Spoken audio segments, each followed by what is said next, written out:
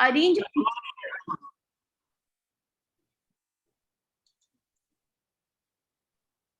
of indicators of Dr. Praveen Saxena is that he is spearheading the Skill India mission, which aims to build 15 lakh skilled workforce in renewable energy sector through Green Job Sector Skill Council. This talk, I believe, ladies and gentlemen, is going to be very valuable for our students, because now we know we are moving from conventional energy, that is fossil energy, to green energy, the solar and the wind energy. This shift is taking place the world over. In India, both private and public sectors are engaging in renewable energy sector, and they are creating solar and wind parks. So this sector has large scope for employment generation in future. Therefore, the workers in this area will have an added advantage in the job market. So it is going to be very interesting and very useful for our students. Without taking any more time of yours, I now invite Dr. Praveen Saxena to tell us more about his mission and its activities. Sir, please feel welcome to Sangoshthi platform of Ramlal Anand College. Thank you very much, and I really value Sangoshthi inviting me for this talk. Thank you very much, Mr. Gupta, for welcoming me, and Dr. Sudha and Dr. Deepthi, thank you so much. And yes, I agree that the topic which Dr. Deepthi has selected is one of the most important topics of the day, and not only for students or the jobs, but also for the country as a whole, and in fact, globe as a whole. When we are talking of climate change, and we are talking about greenhouse gas emissions, and we have so much of talk going on within various countries. So allow me to share my screen. So just 1 minute, sir. I think Professor Gupta has to formally welcome you once. Oh, okay. Sure. Moment, sir, please. Yeah. Sir, could you please formally welcome Dr. Saxena amongst us?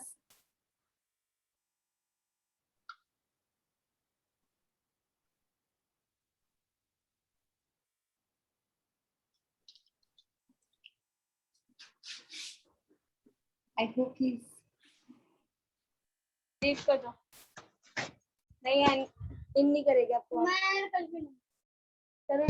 please mute yourself. So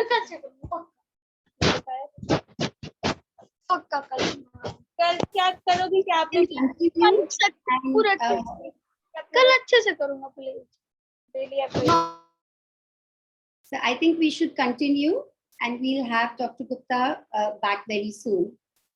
Sure. Yes. Dr. Deepthi, is my screen visible? Yes, sir.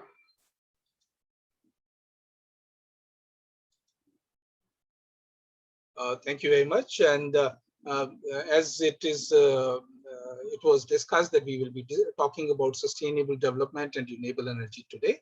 Once again, thank you very much to your college and the students. In fact, I see a large number of participation in the talk. Before I formally go to the topic which we are going to discuss, I have a very interesting point to make. And in fact, you will be very happy to see the linkages with industry revolution. All of us are these days talking about industry 4.0. Most of the time when we say, we even don't understand what does it mean. So I thought, why not to very quickly recapture what has been done in industrial revolution 1, 2, 3, and how are we talking about industrial revolution 4.0. So these are some of the pictures I picked up from industrial revolution 1, which is said to be somewhere in during 1760 to 1840. And the most important invention at that time in the industrial revolution was steam engine. The second most important thing was, you will be happy to know, was creating a jetty of weaving textile. So this was an automatic kind of a thing where textile is weaved. And then we also moved towards the end of the revolution, means somewhere around 1830, 1840, in large size industries. The most important point I want to make here is that this era was instigated or initiated with energy revolution, and that time we were using coal, iron, and other forms of. In fact, the main source of energy at that point in time was coal. So the Industrial Revolution 1 gets linked to a non-renewable source of energy such as coal. These are some of the heroes we always should remember for the Industrial Revolution 1, where we talk of James Watt. All of us have heard of his name as James Watt, who has invented steam engine. In fact, he was the person who did invented steam engine in the current form. In fact, that is being used. If we have a steam engine, it is almost in the same form. So we had some initiations for telegraphs. We had something on power looms, which I was talking about in this. So these are some of the heroes, known heroes of Industrial Revolution 1. Coming to Industrial Revolution 2, which was somewhere in the period of 1860 plus to 1914, where once again the inventions were progressing, the older ones were developing. We had formal cars coming in, we had ships coming in, and most important, we started understanding how to use electricity. So new sources of energy like electricity, gas, and oil surfaced during second Industrial Revolution. So what point I want to drive in is that all industrial revolutions are linked with a shift in the way in which we use electricity or energy. And these are some of the heroes. Michael Faraday, you must have heard, who has developed the electric generator, liquefied ammonia, telephone, Graham Bell. And these are some of the pictures I'm sure students would like to see, and how the whole economy used to look like, all well dressed with all beautiful, impressive personalities.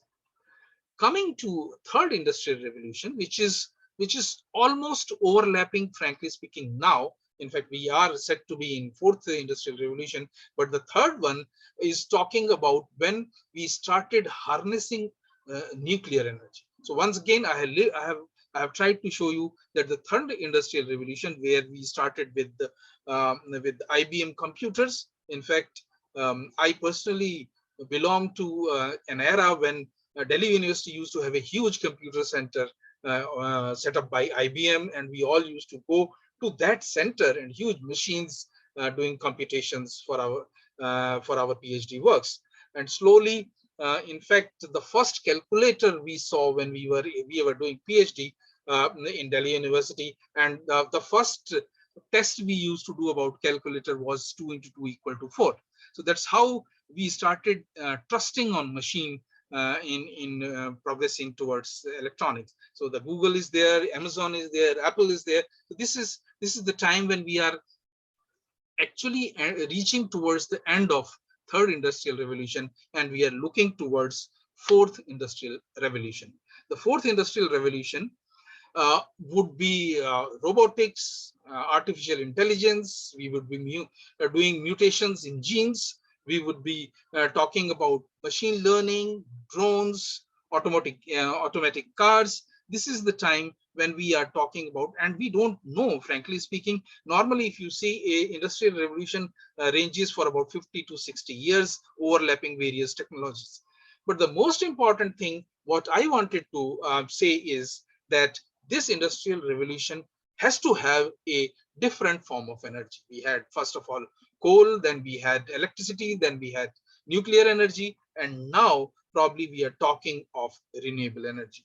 This is why I was emphasizing that each industrial revolution has some characteristic of, while many developments take place, but the most important thing is that they are all run by different forms of energy. So we are at the cusp of started using renewable energy, and renewable energy I would be defining, and energy coming from wind, solar, geothermal, all natural resources are said to be renewable energy sources. And why they are called renewable is also an important reason, that all our conventional sources of energy, be it coal or in fact even nuclear, they are actually dependent on the reserves of Earth. So what all we have, coal we have, petroleum we have, fossil fuels we have, they are all reserves in our Earth crust. But renewable energy is are those sources of energy which are based on income of Earth.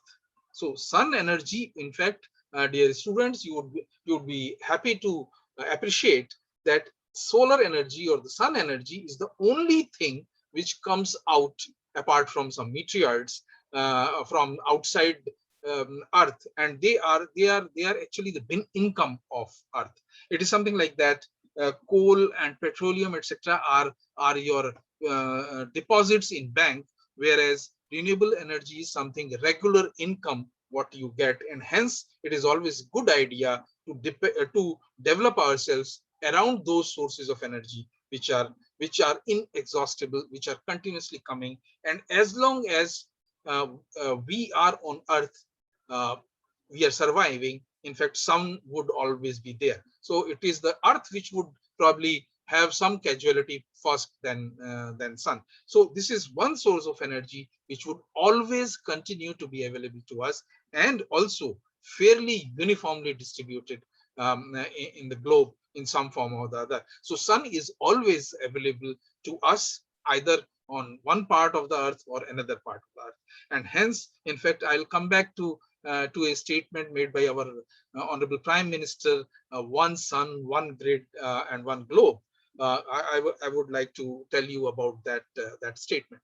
So from this point, I would like to quickly switch over to one of the sub topics I would like to cover, and that is sustainable development. In fact, sustainable development word is a very simple word. It is comprising of sustainable and development. So any development which is sustainable in nature, which can last for a long time in the same fashion, is called sustainable development. This is the simplest possible definition. When we started talking of sustainable development earlier, in fact, if you say 50-60 years back, we used to keep on doing development without bothering about from where the resources are coming. But we soon realized that this is not the way. In fact, it is not only impacting the development, but it is also impacting our climate and the entire Earth. And we are talking about greenhouse gas, we are talking of rise in temperature of Earth and things like that, melting of Antarctica.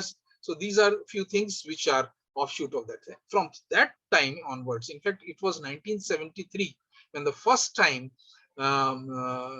countries met together to talk about renewable energy and sustainable development. And that time, our third Prime Minister, Dr. Indira Gandhi, participated in that. And as soon as she came back, she decided that we would have a separate Government of India ministry called Ministry of New and Renewable Energy. And since then, since 1982 onwards, Government of India is working towards this goal. So when we say sustainable development, the simplest possible thing is that development that meets the need of the present without compromising the ability of the future generation. So if I have some resources available with me, then I should utilize them in such a manner that the same or the similar amount of resources are available to you as well in the next generation. And similarly, the way you utilize the resources should also be available to your next generation and then their next generation. So uh, with time, sustainable development, the definitions were coined, and it was decided that why not to do it a little more holistically. And this definition came, which is most accepted now. Sustainable development is the organizing principle for meeting human development goals, while at the same time sustaining the ability of natural system to provide the natural resources and ecosystem services upon which economy and society depends. Most important is, we were only always talking about economy, but now we are talking that the society should also not suffer from any of our developmental activities. While it is also true that if we do development, we ought to move to a situation when there would be differences in the society itself.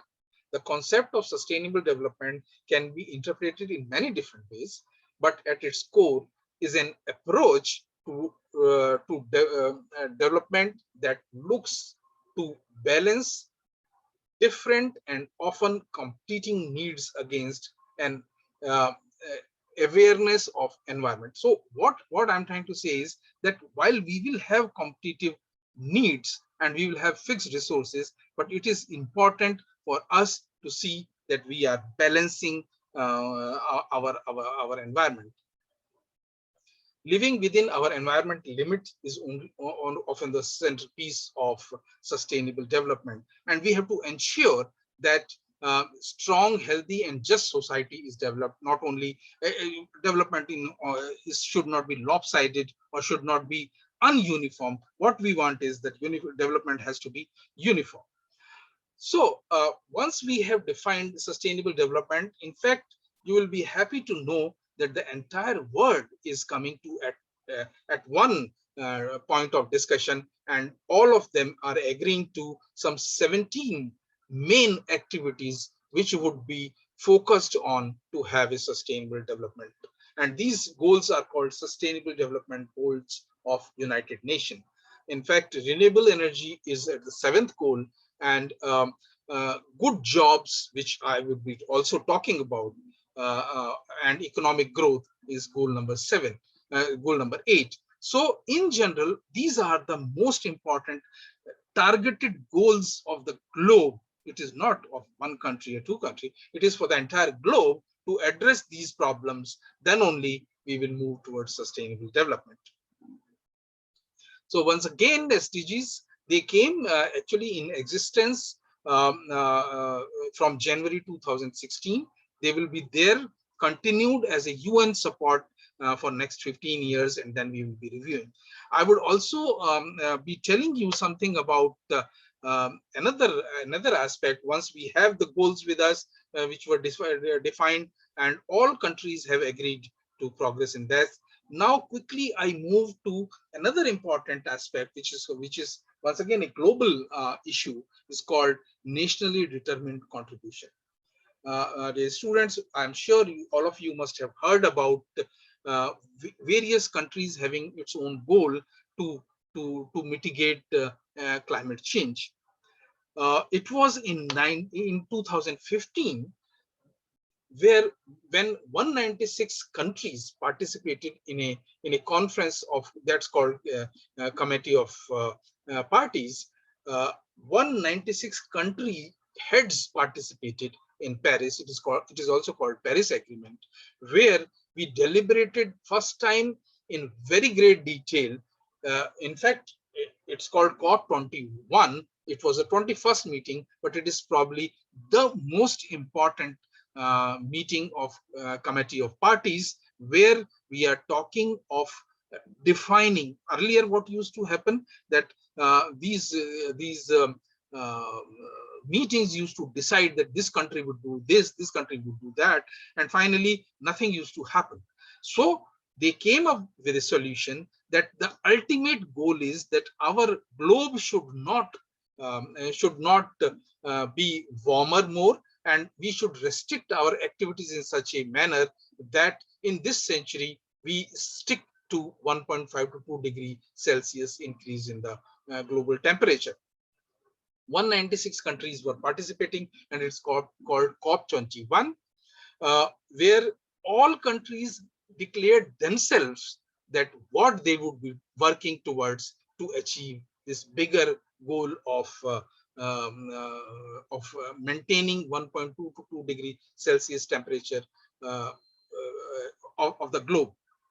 I'm sure all of you have read about global warming and things like that, so not necessary to really talk much about it. But this Paris Agreement, every country has given its roadmap and plan, frankly speaking, as to how they would mitigate climate change. And as far as India is concerned, what is mean? Yeah, I just wanted to say the Paris Agreement requests each country to outline and communicate their post-2020 climate action, known as their NDCs, nationally determined contributions. So how they will handle this problem, they themselves will have to announce. And what India did, India said that during 21 to 2030, we will reduce our emission and intensities by 33 to 35%, reaching 2030 of 2005 level. Means what all we used to emit in 2005, we will reduce our emissions by 33 to 35%. This is one we have announced ourselves. Second thing what we have announced is to achieve 40% of cumulative electric power installed capacity from non-fossil fuel based energy resources. So we have our electricity generation capacities, which is actually now 385,000 megawatts. A large part, or I'll show you what kind of a contribution is coming from coal or oil. So we have said that the 40% of our installed capacity would be replaced by non-fossil fuel based energy sources, means renewable energy. Okay, and also we will create additional carbon sink of 2.5 to 3 billion tons of carbon dioxide emissions by 2030. So it means we would be covering more land area with forest or green covers. In fact, before I started this talk, we were discussing about the greenness your college has, or the greenness and environment of your college has. Why not that thing? In fact, Delhi is one of the good cities. There are many cities which have practically nothing as far as green cover is concerned, and we are pleasant to know that green cover is very good in Delhi. And as country, frankly speaking, we are among the rare countries where green cover as a country is increasing slowly in our country. So these are the three major goals, nationally determined contributions for climate action. Well, everything has its advantages and disadvantages. While that is a difficult goal to achieve and it has its own implication on industry and economy, but it has a very interesting feature that it offers a lot of opportunity for all our youngsters for more number of jobs. In fact, you'll be happy to know that India is one of the youngest nation in the world. In fact, a large number of developed countries are having an average age of about 62, 63, whereas we have about 54% of our population is below 25 years. In fact, all of you fall in this category of population. More than 62% of our population is in working age group, means 15 to 59. We have 54% youngsters, and hence we as a country we are quite young, and we offer a huge opportunity for development. But similarly, the government has the challenge to provide jobs, to provide opportunities for these 54% population youngsters. So this is what I was telling, that INDC brings a huge business opportunities. we need a lot of skilled manpower, and when we need skilled manpower, we also create a large number of jobs for this. In the light of this national goal, Skill Council for Green Jobs has been created where I belong. In fact, after the Paris Agreement, or in fact simultaneously Paris Agreement in November 2015, a separate skill council was created called Skill Council for Green Jobs, looking at the skilled manpower requirement of of uh, of non-fossil fuel based energy requirements of the country. How do we train our people? What kind of emissions we should have?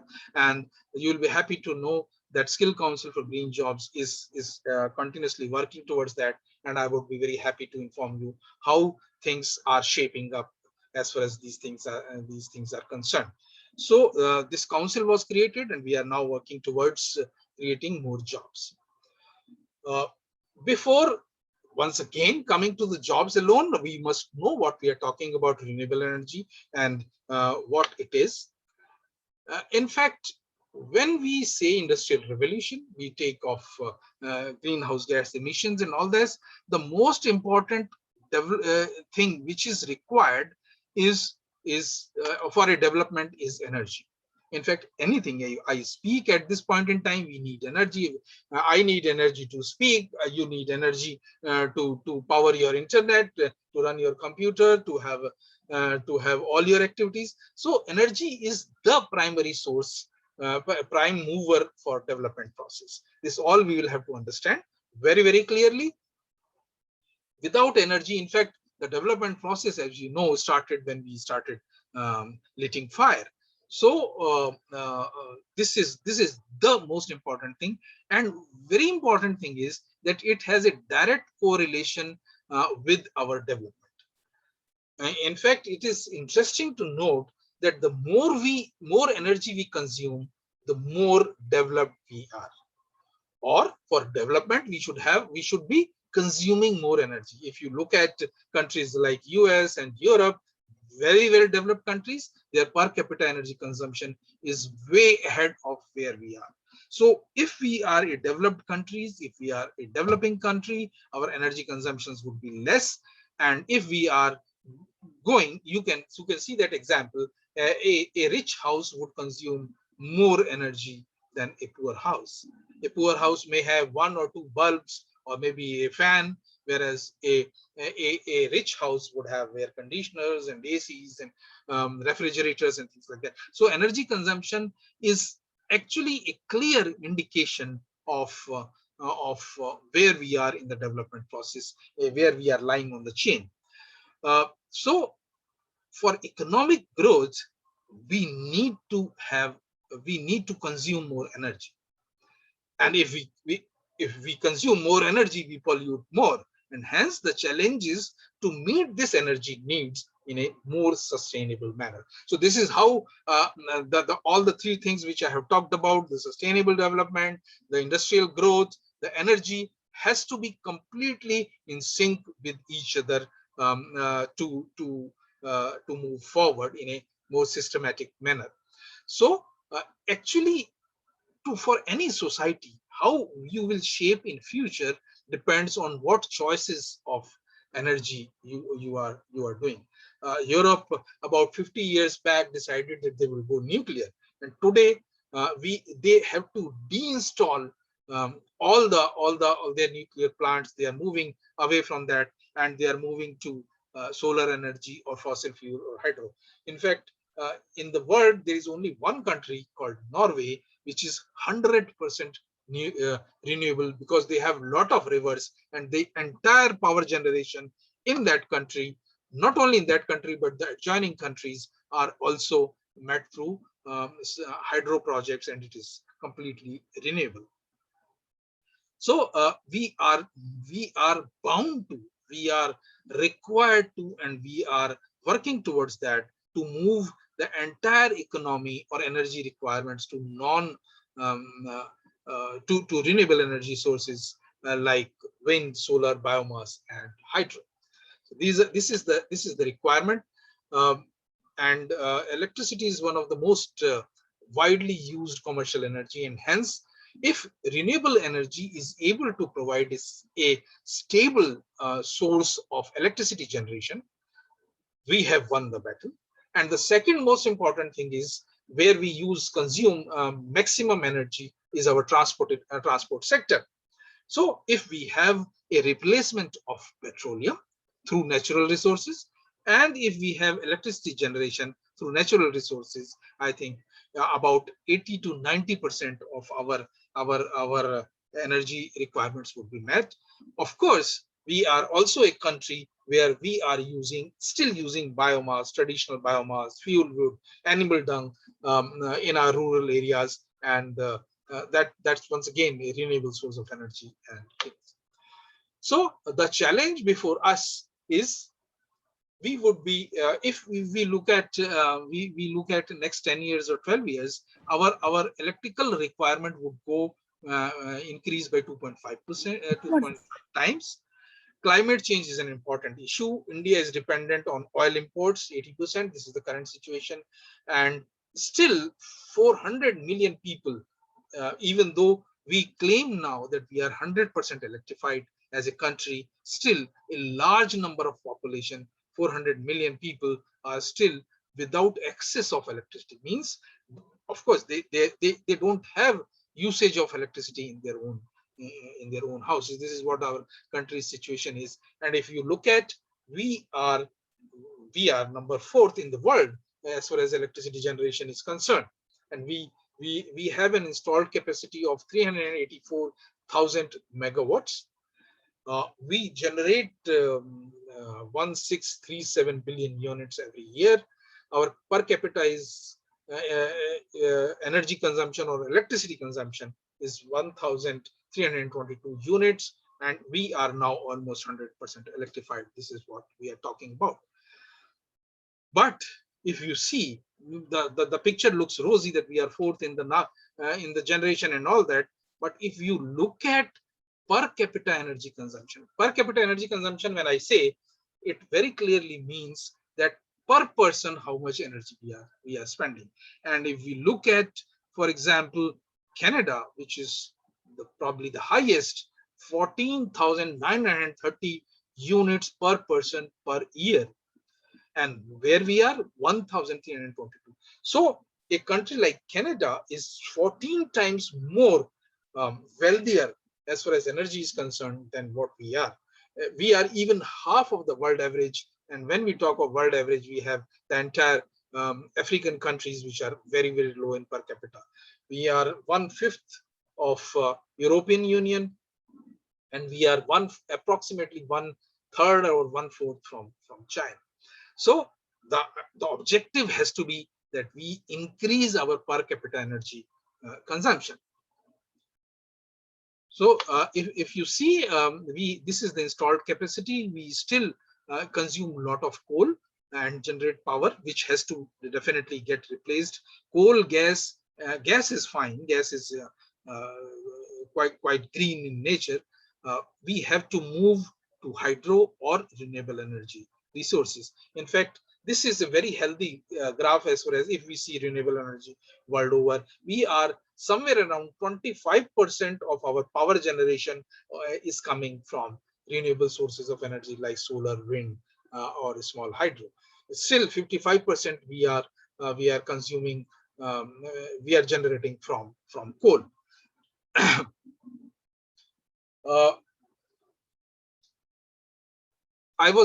I have been talking about renewables, but it is important to understand what renewable energy means.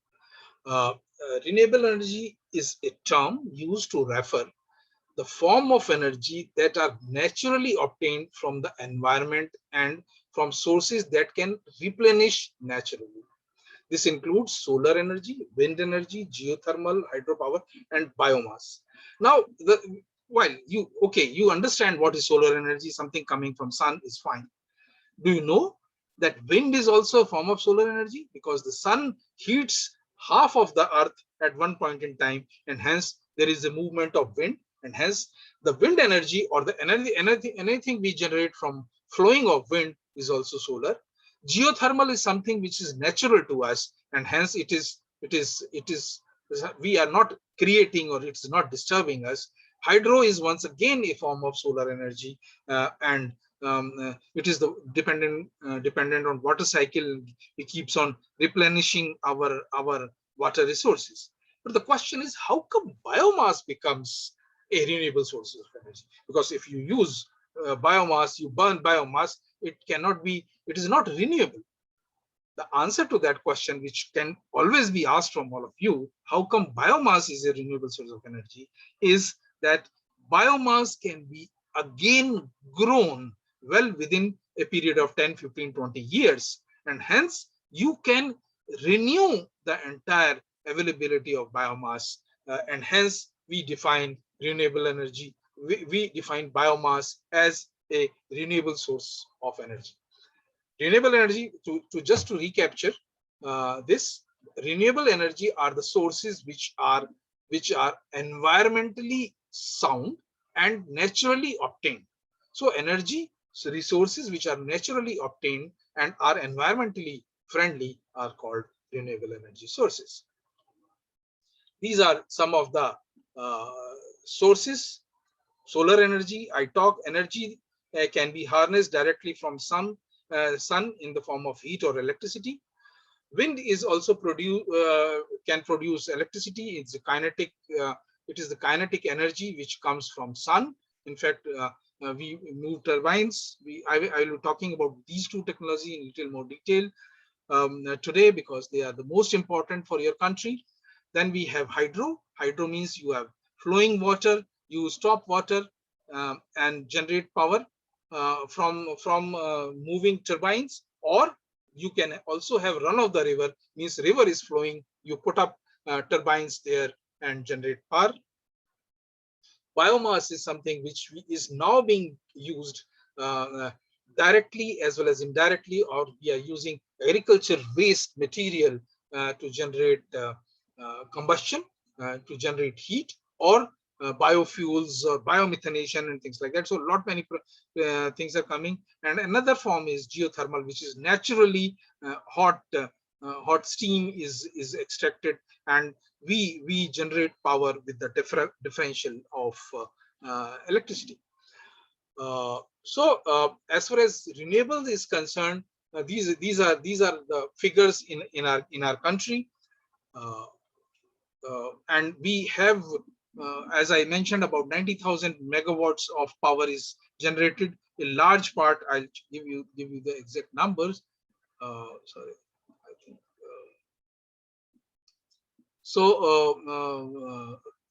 We are generating about 4,784 megawatts is coming from hydro. We are doing about 40,000 megawatts from wind, and about 50,000 megawatts are now coming from solar. A few years back, frankly speaking, solar was much behind, and renewable wind was the major source of energy.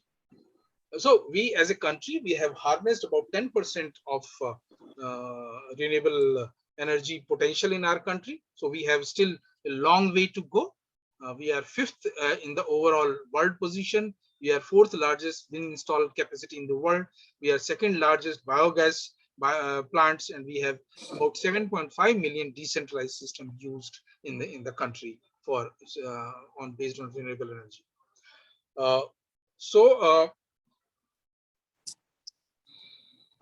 Little bit more I would like to tell about wind. I can see the time is moving, but anyway, it doesn't matter. So if we see wind, this is our India wind map. When we say wind map, the areas which are visible in the red are good areas as far as wind power generation is concerned. These are the areas, these are coastal areas, and a lot of wind they blow, and we are able to economically extract out wind energy from these areas. If you say tomorrow that Delhi, we have wind power generation stations, so I'm sorry to say that such areas would not be able to contribute as far as wind power generation is concerned. This is a typical wind farm. which looks like this. So we identify specific areas, clusters, where we have good wind velocities, where wind is blowing, and we install huge wind turbines. Look at this. This is a typical wind turbine. You will be happy to know that each wind turbine, if I go back, is this round kind of a thing is called nacelle, and the entire generator, turbine, rotator, everything is in this, and these blades, they rotate, and we generate directly megawatts of power. If you see this, I'll come back to this. So this place called nacelle has all mechanical parts and electrical parts to generate power. We don't have to do anything, install this wind turbine in this location, and this would start giving you power generation. But once again, let me tell you, it's not all that simple. That they are huge turbines. If you see this, this is Statue of Liberty, and wind turbine is bigger than that. And if you see end to end, each blade is about 15 meters. 15 to 20 meters huge blade, and this is rotating. So it is something like a football ground rotating at the height of 100 meters. Now you imagine how much pressure it is able to take and how much it generates. So large wind turbines, now we are talking of each wind turbine generating from 2 megawatts to 6 megawatts, one pole. So huge structures, and hence huge safety requirements, huge strength required. We are also now talking within our country to install these wind turbines in the sea, because in sea, once you go inside the sea and install these turbines, there are no disturbances. So the power generation from, they're called offshore wind power stations, is much more than what we have inside. Lot many things can be talked about wind, but I think we'll quickly move to solar. So as we are quite fortunate to have about 300 days of sun in our country. So it is not only India, but there is an entire belt of tropics, Tropic of Cancer and Tropic of Capricorn in between, where solar radiation is good.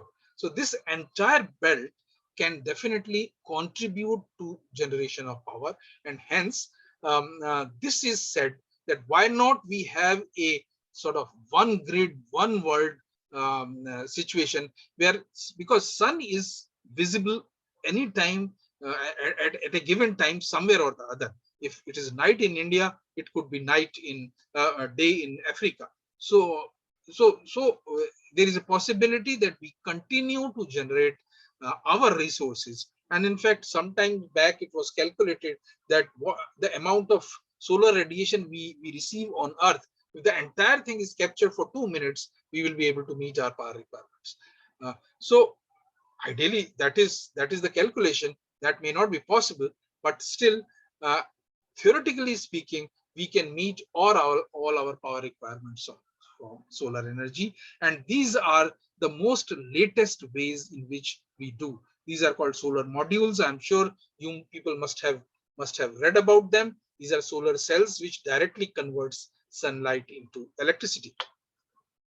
These are huge fields. These are all solar cells. It's a 50 megawatt solar project in Jodhpur, Rajasthan, set up by private sector. So the entire effort is now supported by government, but the funding, etc., and the money and the repaybacks are coming from private sector. So these are some of the big examples.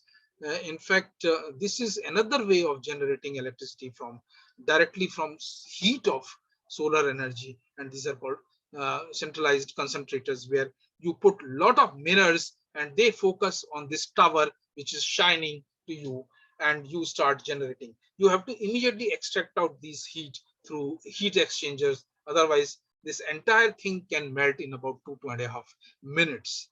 So these are the various efforts which are being done.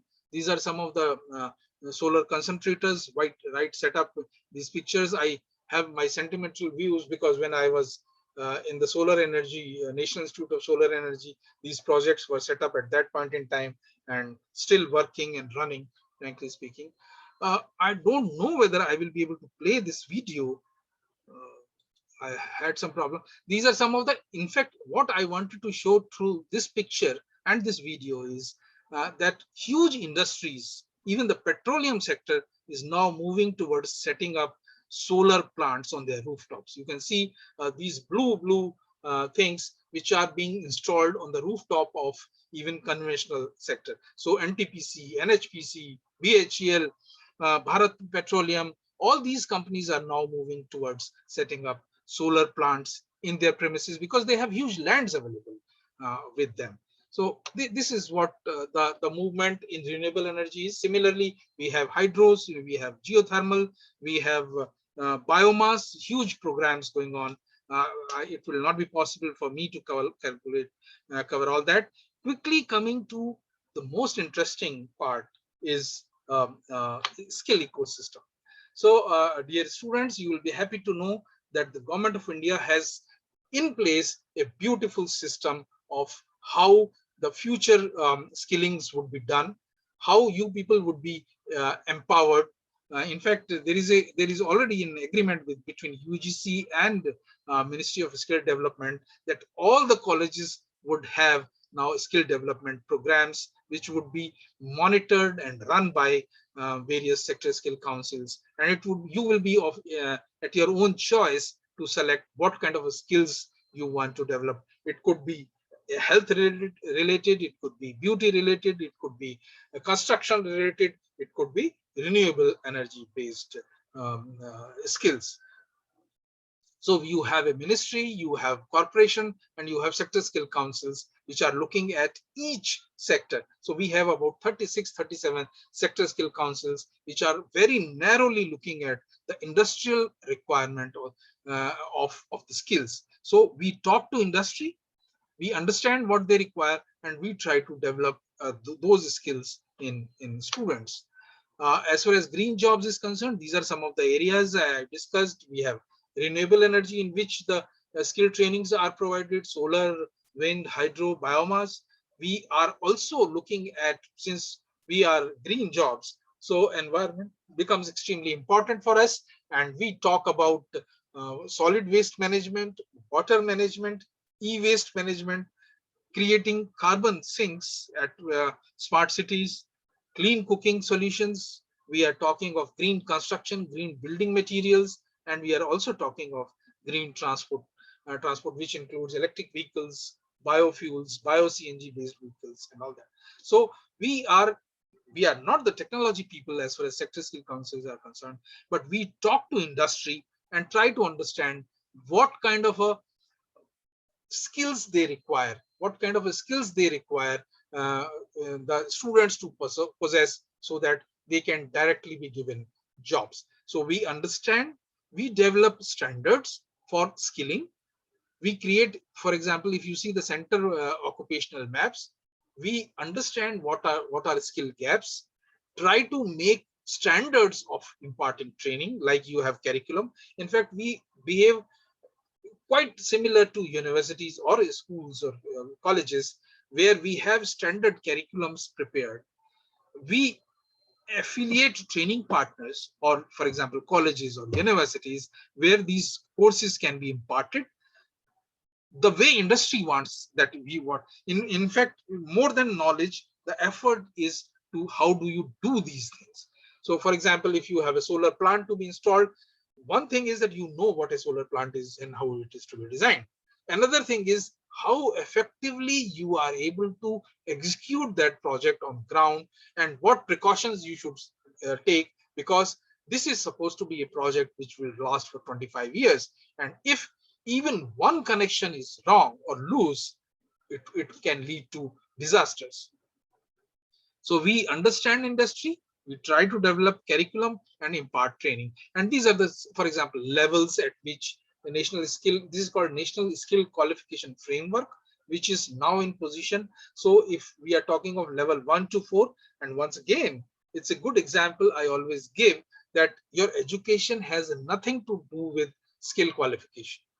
For example, uh, level 5 and 6, if we talk, he's a person who takes his own decisions. This is to be done, this is to be not to be done, here this is required.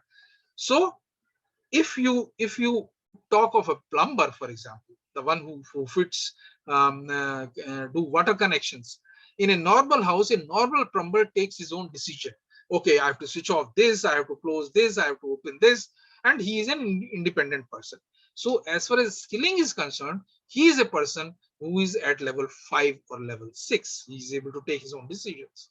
Whereas a co-pilot who is flying aircraft may not be at the level of 5, or maybe at the level of 4, for example, because he takes all the commands from his captain. So he is not a person who takes independent decisions. So his level of skills are lower than, for example, even a plumber. But on the other hand, a captain, yes, he moves suddenly from level 4 to level 7, where he has full control, and he has his skill sets are such, because lot of lives and lot of quick decisions are required to be taken. So skill framework which has been developed in your country, and which is also international, international as per international requirements, is on the way you learn things or you deliver things. I would also be happy to inform you that skill qualified people are now Indian skill qualified people are now also recognized internationally if you are doing a skill work. So we have a lot of cooperation or the linkages with other countries, where if the manpower is required, Indian skilled certified people would be recognized there.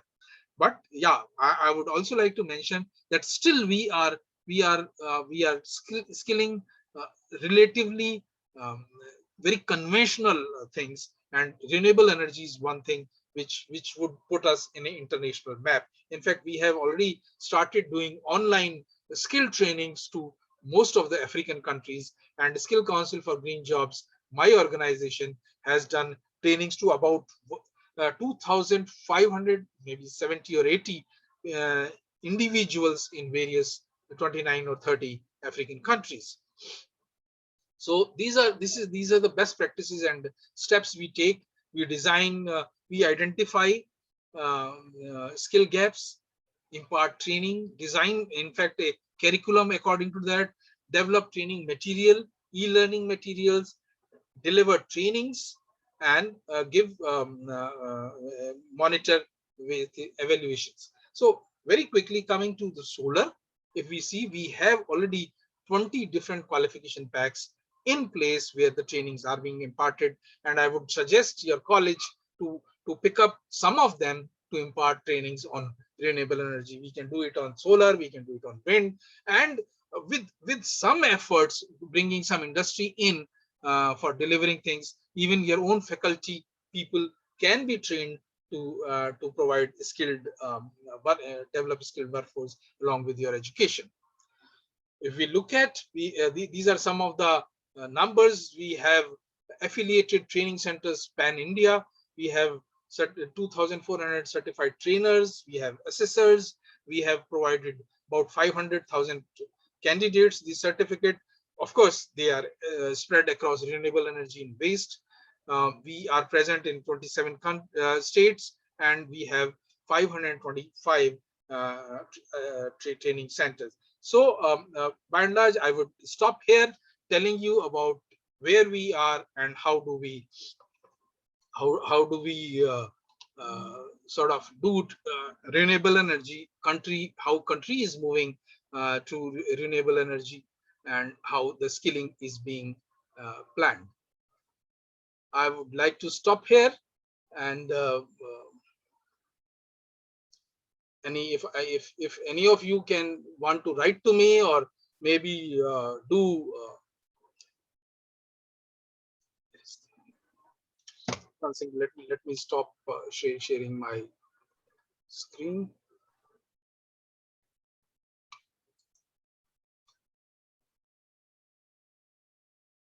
So maybe we can have a short discussion with the students. And Principal Sir wanted to speak with you, and maybe he could initiate the discussion. Earlier he got a little busy. Sure. Thank you, Deepti. Sir. So, Dr. Saxena, it was really a very important and knowledgeable talk to the students and even to the faculty members. And you have, am I audible? Yes. Okay. And you have elaborated very well the different kind of energy sources, renewable energy sources, and the job opportunities in the sector. And one thing that you mentioned, that a list of different type of job opportunities that are available in the solar field, solar panel field, or solar installation field. I would like to just ask you one thing here: how the college will get the resource persons, and what will be the training platform? That will the college will be the training platform, or they have to, students have to move to some training center, or we get the resource person in the college itself to have one or two of these skilled courses that you were talking about in the list?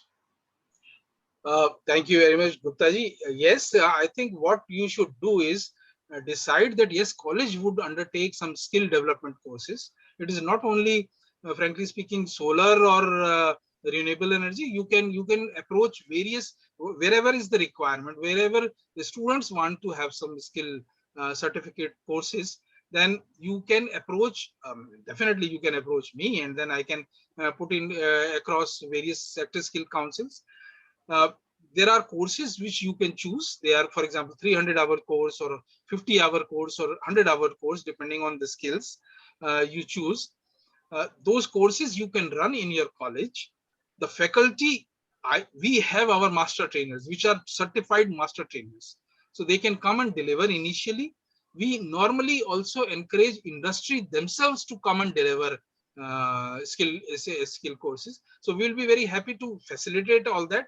The most important thing is that you should aggregate what kind of courses are available, what would be suitable for the students, and where they are interested. So it can be in fact, UGC is coming up with the, shortly you would be receiving some directions also, that every college should have skill courses. So it would be your choice what you want to choose, how the students want to get certified on various skills, and it would be definitely done in the college itself. I think that's the best way to do it. We will be very happy to help you in identifying faculty who can impart these trainings. The college has been running skill development certificate courses as per the requirement of students. Like last year, we had 22 skill certified courses, yes. But not like from the Skill India, Skill Council, National Skill Council, not from that particular point of view, but we are having resources from the industry. We are designing the modules, and we are training the students depending upon what we are lacking in the curriculum and how we can basically make them industry oriented. So that is the, that's are you picking up courses from the nationally approved NSQF? No. Should be done. In fact, that should be done, frankly speaking, because they are very systematically developed, and they are very good. I mean, उसमें बहुत due diligence हुआ है कि क्या क्या कैसे कैसे सिखाना है, क्या उसमें knowledge part होगा, क्या उसमें skilling part होगा, कितना उनको सिखाया जाए उस particular job role के लिए. तो मेरे ख्याल से आप में से select करना शुरू कीजिए. I will be more than happy to assist wherever you can, or maybe ask one of my colleagues to visit you or to discuss with you, and we should definitely take it forward. Okay, that's good. That's really nice of you, and thank you so much. I have something to share with you and with the students, those who have joined us, that the college has taken a number of green initiatives in the past few years. So I don't know whether students, because many of these students not have seen the college yet, so we need to tell them every time when we join with them that what we have in our college as far as the green initiatives are concerned. So I just list something, some initiatives that the college has taken, and could be a training platform also, because if you have these facilities available in the college, you can learn also over there. You can develop your skill also in that particular field. Like we have rainwater harvesting system operational since 2010 and 11. So earlier we dried our water beds. Water table was very low. We were not getting pumped any water, but now we have sufficient water available in the college after installing or operationalizing the rainwater harvesting system in the college. So it is basically a boon for us once we started having rainwater harvesting system. And then at the same time, we collect like lot of amount of water is wasted from RO system. We have 500 liters RO plant installed in the college to provide safe water, drinking water to the students. So we collect the waste water from the RO in the tanks, and then this water from the tanks is basically either used for irrigation purposes or watering plants, or even for recycling it to the washrooms, back to the washrooms. Right? And another initiative that the college has taken is the solid waste management. So whatever the solid waste that we get, organic waste, of course, from our canteen and from the leaf litter, of course, most of the time, we have our own composting plant, composting machine in the college. So we convert all that organic matter into the composting plant, compost, and that compost is used to in the garden itself, right, to provide good nutrition to the plants in our own college. And then recently we have ordered to install a 100 kilowatt, 90 to 100 kilowatt solar power plant, power panel plant in the college, right? So, and this will generate around 10,000 units per month. So most of the needs of the college will be now served with this amount of generation of energy, electricity from this solar power plant. And we are hoping that within a month or 2 months of time, we will start generating sufficient energy and supplying it to the grid. It is a grid connected solar power plant that we are going to install. And particularly in the month of October, November, and December, when we consume lesser energy, right, we might be a net positive building we might have, or institution we might be, as we will be supplying more amount of energy to the grid than we are consuming basically. So, and then we have sewage treatment plant. We are working upon both the colleges together, about 30 KLD plant of sewage treatment that we do not have right now, but most likely in a month of time, we are going to place the order. Most of the things we have finalized, and we will place the order to install sewage treatment plant in the college. So we are going to treat that also at our own end. So most of the, and of course, the campus is very green, right? We have sufficient number of trees and bushes over there. So that way the college has developed itself to provide most of the green initiatives. And paper recycling, electronic items recycling is done as per the Government of India rules, right? So just I thought that I will share these initiatives with my colleagues and the students and with you. Thank you so much, and it is really very encouraging, very encouraging. And I'm sure आपके college का तो नाम वैसे ही अब बिल्कुल चमकता जा रहा है दिन पे दिन. So Deepti, you can continue now the discussion. Thank you so much, sir. Thank you so much, sir. Sir, in the chat box, there is a question from Dr. Alankar. May I invite Dr. Alankar to please read this question out himself? Thank you, Deepti. I'll have to go to this chat box. Sir, thank you so much. Very inspirational talk and so much to learn from you. And we wish to continue to learn from you. Sir, you have spoken at length about energy and the way energy consumption is a part and parcel of our development process overall. Sir, looking at this framework, do we see any kind of energy decentralization going on at the grassroots level in our country?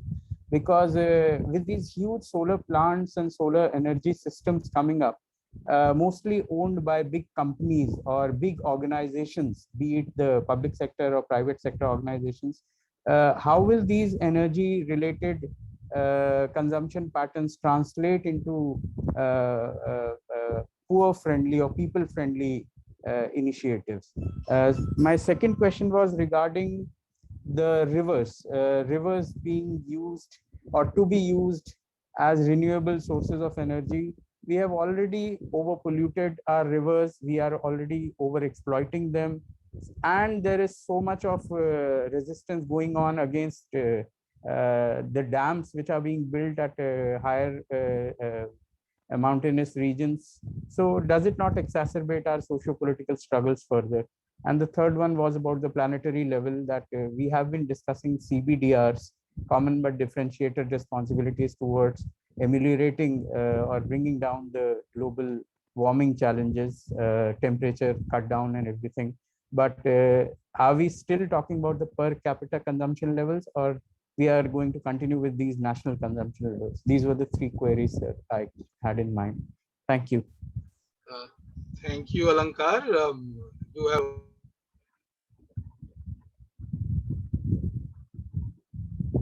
Sir, you need to unmute, sir. I think you're on. Thank you for reminding. So what I'm saying, Alankar, you have asked three questions covering three big major issues where in fact we are all struggling to find appropriate answers. Yeah, the first one, yes, the major projects are now large solar projects, wind projects, which are grid connected and centralized. And the simple reason for that is the economic reason. If you have larger projects, you are able to manage things much better and more in a more economic manner. But simultaneously, there are a number of now companies which are setting up village-based solar plants. Hybrid plants are being set up either with batteries or with DG sets, because solar has its own limitation of being available only at the time during the day. So what happens in the night or in the emergency situations? So I mean, they are now in hundreds, but they need to be in millions actually. They have their own challenge. But what is happening, since now grid is reaching everywhere, even if you have centralized projects, the power is fed into the grid, and grid is managed by the normal way in which conventional or non-conventional, it remains the same. But you are absolutely right. Decentralized projects are coming up, but they are little more expensive, and hence अच्छा, दूसरा problem एक उनमें ये होती है कि लोग somehow अभी भी बिजली को रूरल एरियाज में गवर्नमेंट की तरफ से मिली हुई कोई चीज समझते हैं. So sometimes, most of the time, it becomes difficult to convince them to regularly pay for it, even though things are changing. But वो एक बहुत बड़ा challenge face किया गया decentralized power generation में. But things are moving. But still, I will say that if we are able to cover all our rural areas through grid, that actually is the solution, so that wherever we generate or whatever we generate, at least everybody gets power. But decentralized solutions are being definitely talked about it now, and they are now going in. There are companies which are doing hundreds of projects. I'll put it like this. Second question was, I don't know, third, I remember you said that INDC is actually the step towards CBDR activity. So all countries are now doing. We have COP26 coming in another 2 months in London, in fact in UK, and things are progressing. Obviously, they are not progressing as we wanted, and that would never happen. Actually, the targets are always over stated, but things are quite moving, and pandemic has also given good lessons to many of us as to how things have to happen. Can you repeat your second question? So my second question was about rivers. Yeah, rivers. Yes. Okay, rivers. What is happening is that we have we started with hydro. In fact, 1897 was the year when the first hydro project was set up in the Darjeeling. by Britishers, we moved and we have about 14-15% of our generation from hydro, which was 40% plus of the total mix.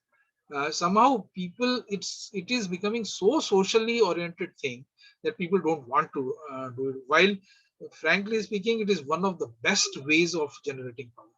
If somebody asked me, I have spent about 17-18 years in looking at hydro when I was in the government of India, and this is one of the best things to happen. But socially, you are so badly stuck with accidents at Kedarnath and things like that, that people don't want it. And no political decision can be taken if people are not uh, sort of convinced it is their area, they want things to happen. Yes, it is also true that hydro, if you build large hydro projects, you do create some environment mismatch, but that gets covered up. But that is becoming a bigger social problem than a technical problem. Technically, all of us, the entire world is very advanced as far as hydro is concerned. But I don't have a very clear answer because it is a social problem. The local people say, no, we don't want a hydro project. What do you do? And no political person would take a decision against the wills of local community. Okay. Thank you, sir. Any other questions? Any students who would like to ask a question?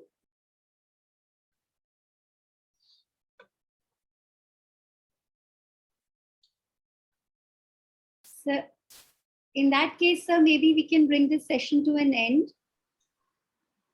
Thank you very much. In fact, I really enjoyed delivering my talk, and had it been a physical, then the interactions are more and then you are able to see more. But we are now even used to this kind of a situation. Thank you very much, and I take leave of you. I invite Dr. Rita Jain for a formal vote of thanks. Thank you, Dipti. On behalf of Sangoshthi committee, I would like to address vote of thanks.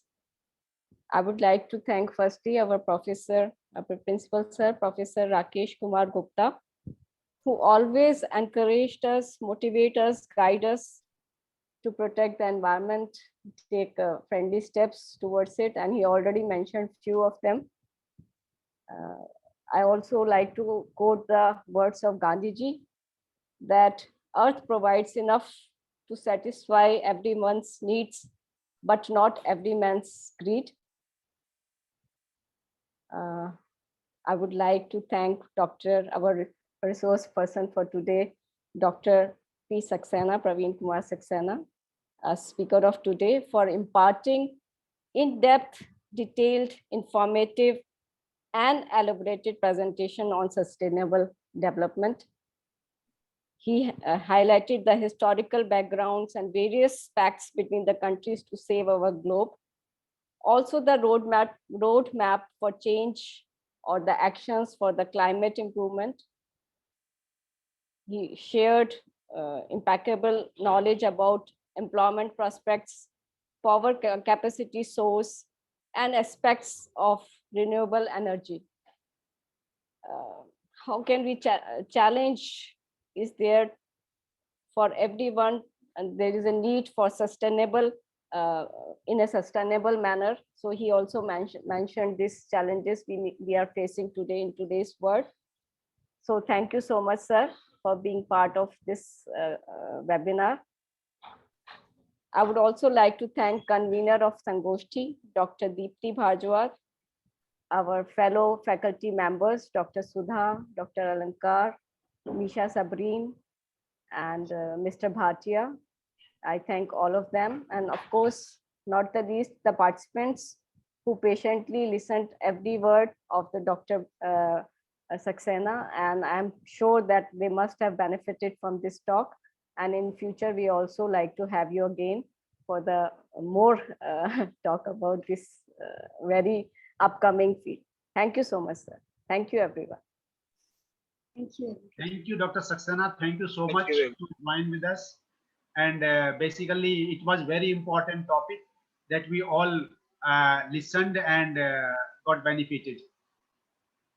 Thank you very much. Thank you so much. I like. Okay.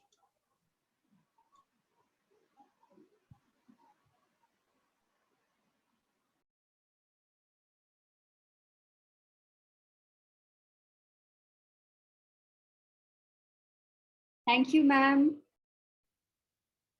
Thank you. Very well done, Deepti. Very interesting talk. I am glad, ma'am, you But liked I it. thought there were few students. Students were few. We Yes, could ma'am. have, I it think was- we need to work on participation. Yes. And next time, if it is planned, I think we should take invite students also to the meeting so that they are sort of committed Okay, ma'am. to Sure. what is going on. Right? Sure, ma'am. Sure. We'll Because work it was on a it very in more. useful talk. Yes, ma'am. And they should have Exactly. been present here. Yeah. So in fact, we had thought that we'll send it to all the first years, but Rita ma'am had rightly pointed out that they're in the middle of their assessment period. So we were not very sure what numbers we are going to get, but we didn't do too badly. I mean, we were not in a No, it's compromising okay. It was Yeah. okay. Generally, in the college, if we are holding such an activity, we will not get more than this. But I think so. Yeah. online, we get generally more numbers. Yeah. I hope next time we are Because, able to get more people. next time we are able to get some more students. Yeah. But very well done. Okay, and the speaker was very. Yeah. Actually, it was a very good topic. Yeah, and Okay, also because fun. this is his forte, this is what he does. So I was Yes. confident that So he had a very strong hold on this, and he could show the solar cells, etc. So the students should have seen those things, you know. The Ma'am, solar Rita power ma'am, plant that maybe- he was showing in Jodhpur. yeah. Those Rita, ma'am, things, maybe we can play this video again for students in the human values course sometime. I'm not sure. Ma'am, आप mute पे हैं? the recording is on the I college can share on the YouTube. You can share the link with them. Okay. Okay, ma'am. Yeah, that's also a good idea. Right. Yeah. Ma'am, then should we all take leave now? Yeah. Yeah, and we'll have our own cups of tea. Yeah. Okay. See you at home. Okay. Thank Okay, you, bye-bye. ma'am. Thank you, Bye-bye. everyone. Bye-bye. Thank you, Alankar. Bye-bye. Well done, Deepti. Thank Thanks. you. Bye. Bye. Bye. Good. Good presentation, Deepti.